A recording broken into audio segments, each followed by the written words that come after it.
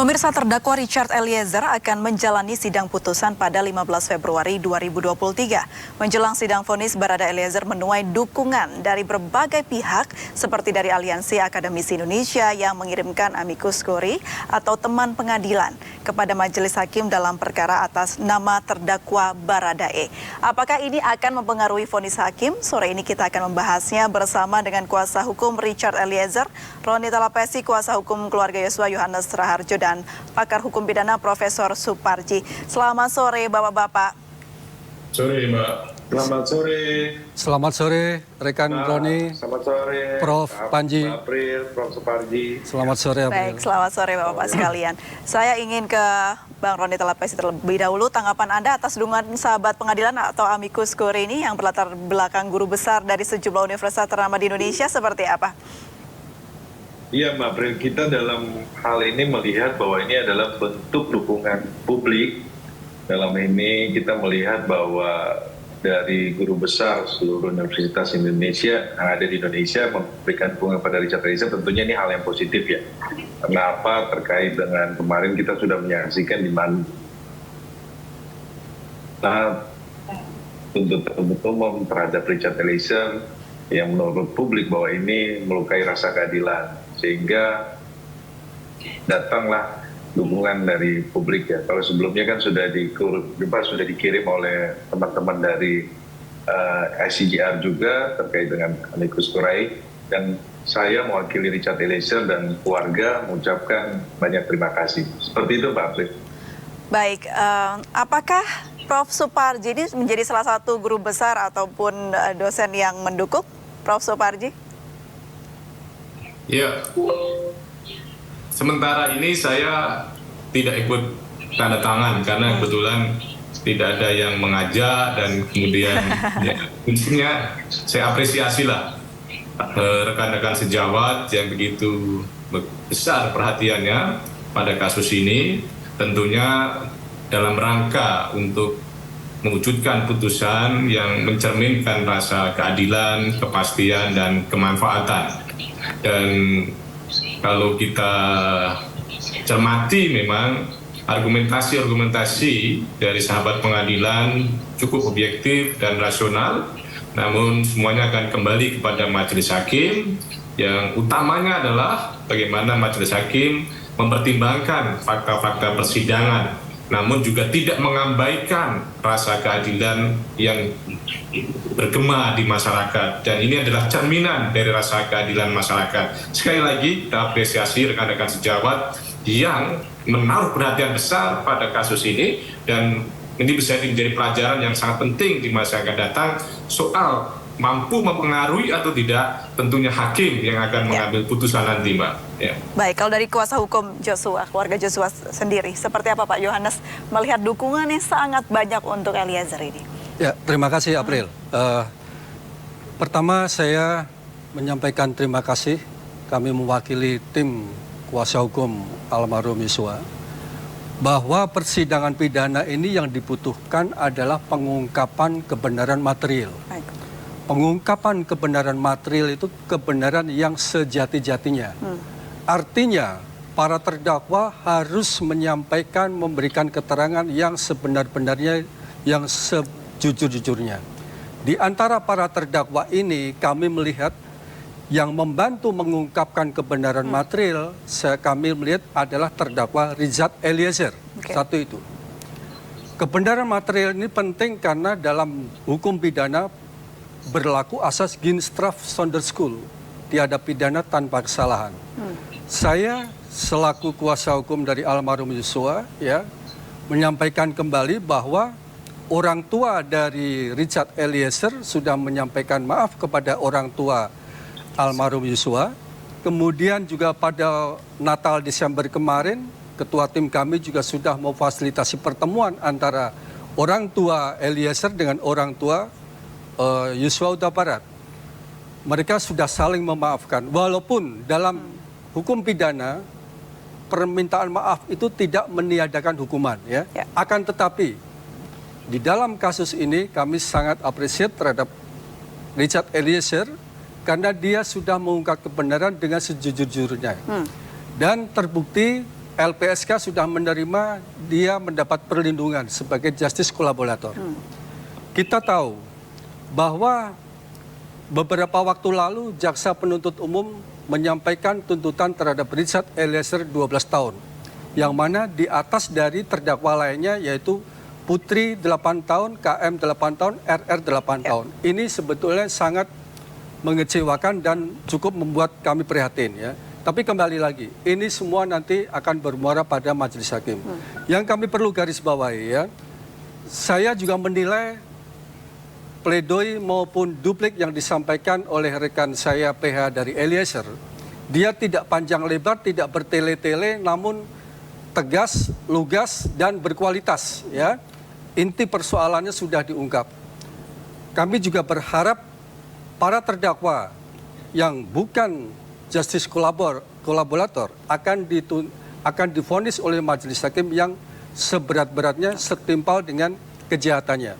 Khususnya terdakwa Ferdi Sambo harus maksimal sesuai dengan konstruksi pasal 340. Namun untuk terdakwa Richard Eliezer, karena di dalam Undang-Undang Perlindungan Saksi dan Korban sudah ada penegasan bahwa seorang justice kolaborator mendapatkan keringanan, antara lain mendapat penjatuhan hukuman paling ringan di antara tapi justru ini terbalik ya Pak ya? Justru ini terbalik. Baik. Tapi kemarin kan jaksa baru penuntutan ya. Penuntutan itu kewenangan subjektif jaksa. Namun hakim seharusnya memperhatikan Undang-Undang Perlindungan Saksi dan Korban. Ini menjadi ironi. Saya mau ke Prof. Suparji. Seharusnya justice kolaborator ini mendapatkan tuntutan yang paling ringan, tapi kenyataannya tidak. Apakah memang ini lumrah terjadi, Prof. Suparji, atau seperti apa? Ya, kalau kita cermati tuntutan jaksa bahwa membangun sebuah argumentasi hukum, C-nya itu tidak bisa disematkan kepada Eliezer. Karena apa? Karena yang bersangkutan adalah pelaku utama. Ya, jadi itu yang menjadi perhatiannya. Bahwa dalam hal ini JC menurut jaksa penuntut umum itu adalah bukan pelaku utama. Namun demikian, jaksa tidak menutup menutup semacam pertimbangan atas kejujuran seorang Eliezer. Yang kita tahu persis bahwa Eliezer berani berkata jujur itu dengan pertaruhan segala-galanya. Pertaruhan nyawa, pertaruhan keselamatan, dan sebagainya. Jadi jaksa memberikan apresiasi, memberikan penghargaan kepada Eliezer dalam konteks tuntutan. Nah, kenapa tuntutannya 12 tahun ya lebih berat dibandingkan yang 3 dan kemudian lebih ringan dibandingkan Sambo? Karena dalam pandangan jaksa sekali lagi bahwa yang bersangkutan adalah pelaku utama, dianggap sebagai eksekutor, maka bentuk apresiasinya berupa keringanannya tidak menuntut maksimal. Tuntutan maksimalnya apa? Mati, seumur hidup, dan penjara 20 tahun. Jadi bahwa yang dituntut jaksa tadi sudah mempertimbangkan tentang perbuatannya dan telah mempertimbangkan kejujuran yang bersangkutan. Ketemulah jaksa pada angka 12 Berarti tahun. Menurut Prof. Suparji itu angkanya sudah pantas ya, tuntutannya 12 tahun penjara? Ya, kalau kita bicara pantas, ya tentunya kalau kita lihat dari resiko yang ditanggung oleh Eliezer, menurut saya memang 12 tahun itu mestinya bisa diturunkan lagi tuntutannya gitu loh. Sekali lagi kita mengapresiasi atas kerja keras dari Eliezer yang berani mempertaruhkan segala-galanya, mestinya tidak sampai pada angka 12 tahun tadi itu. Saya minta pendapat dari Bang Roni, seperti apa? Ini 12 tahun rupanya sudah sangat didiskon ibarat kata begitu ya dari putusan hukuman mati yang seharusnya bisa dikenakan kepada Eliezer gitu. Ya, kalau kami kan berbeda pandangan dengan jaksa penuntut umum. Di dalam pledoi kami sampaikan bahwa dalam hal ini Richard Eliezer sebagai justice collaborator diatur di dalam undang-undang. Jadi tidak bisa menggunakan ego sektoral. Nah, kalau kita memperhatikan di dalam replik jaksa penuntut umum menyampaikan bahwa ada dilema yuridis. Karena apa? Satu sisi mereka harus mengikuti SOP dari standar penuntutan, di sisi lain ada Undang-Undang Perlindungan Saksi dan Korban. Dan poin kedua mereka sampaikan perlu ada kajian yang lebih mendalam. Nah disinilah yang menurut kami bahwa jaksa tidak memahami secara utuh justice collaborator. Karena ini kenapa? Ini adalah perintah undang-undang. SOP tidak boleh dikalahkan sama undang-undang.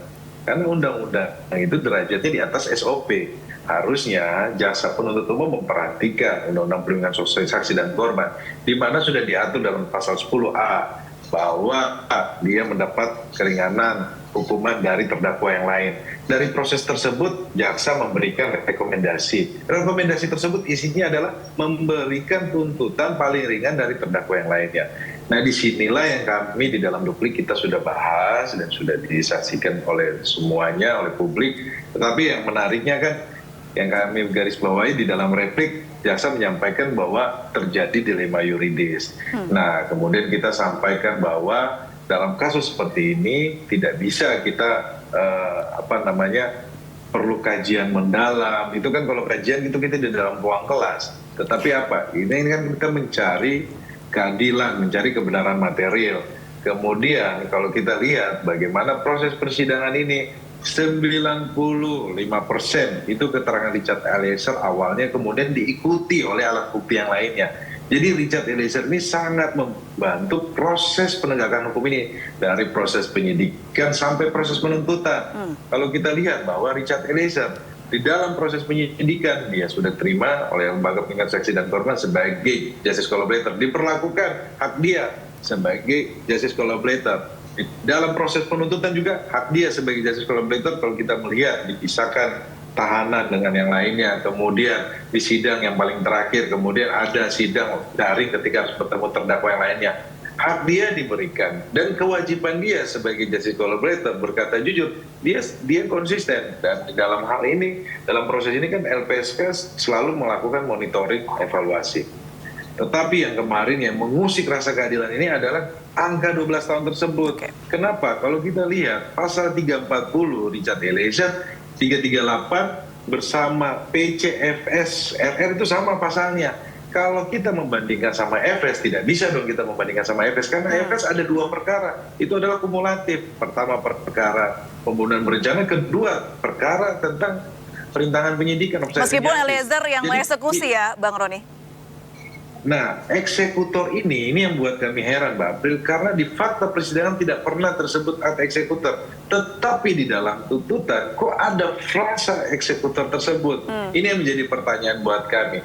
Tetapi, sekali lagi di dalam replik ketika jaksa menyampaikan bahwa mereka dilema yuridis, kita juga pun menghormati bahwa mereka juga pun ragu terhadap angka 12 tahun tersebut. Semoga Mbak April ini juga pun menjadi pertimbangan majelis hakim dalam memutus perkara ini. Tanpa kita mendahului ya, dan juga pun tadi Pak Yones sampaikan bahwa dari keluarga almarhum korban, Yosua sudah sampaikan terima kasih. Ini merupakan kita melihat bahwa ada kasih ya dari keluarga dari almarhum korban Yosua kepada keluarga dari Richard Eliezer. Dan ini adalah nilai baik ya secara kemanusiaan ya. Tapi semua proses penegakan hukum ini kita serahkanlah kepada majelis hakim yang nanti akan memutusnya. Baik. Seperti itu Mbak April. Baik Bang Roni, saya ingin ke Pak Johannes, Pak Yones, ini dengan sepanjang perjalanan sidang ini dilakukan begitu, sebenarnya apa harapan dari pihak keluarga Joshua? Karena Joshua ini merupakan korban dalam kasus ini. Ya, terima kasih April.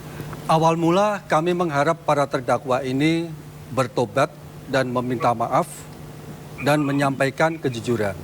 Namun kami kecewa ketika selain Eliezer tidak bertobat, itulah yang menjadikan keluarga semakin tidak bisa memaafkan juga.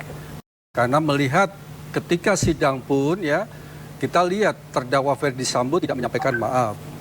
PC Putri juga tidak menyampaikan maaf. Sebetulnya harapannya kalau bertobat ya kita serahkan pada Tuhan hukuman yang seringan-ringannya. Namun demikian sampai saat ini korban almarhum sudah dibunuh, kemudian sekarang menjadi korban lagi apa? Difitnah melakukan pemerkosaan. Ini yang keluarga tidak terima.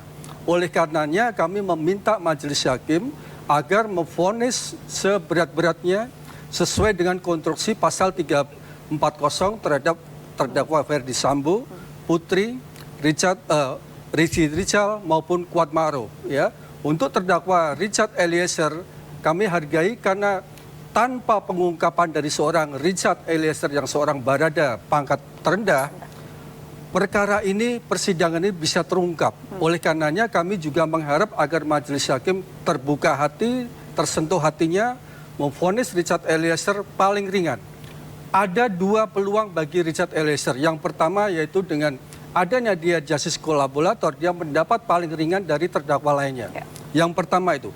Seandainya itu tidak bisa pun, harusnya dengan mengacu kepada Richard Eliezer ini sebagai manus ministra, sebagai orang yang disuruh terhadap pelaku utama yaitu manus domina, harusnya bisa lepas ya, seperti yang dupliknya rekan saya Roni itu bagus ya. Kalau majelis hakim terbuka hati, dia bisa menerapkan pasal 51 ayat 1 ke 1 sebagai orang yang disuruh. Orang yang disuruh itu adalah sebagai alat manus ministra, jadi dia bisa lepas. Namun demikian kami serahkan kepada majelis hakim agar memvonis yang seberat-beratnya bagi terdakwa yang selama ini tidak mengungkap kebenaran. Tapi yang seringan-ringannya bagi terdakwa Richard Eliezer.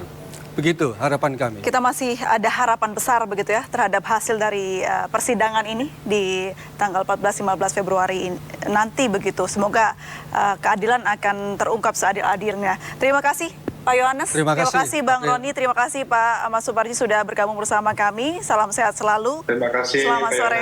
Terima kasih Bang Roni. Berjuang ya. Tuhan memberkati. Tuhan memberikan keadilan. Ya. Terima kasih Prof. Panji atas dukungannya. Selamat sore Bapak-Bapak.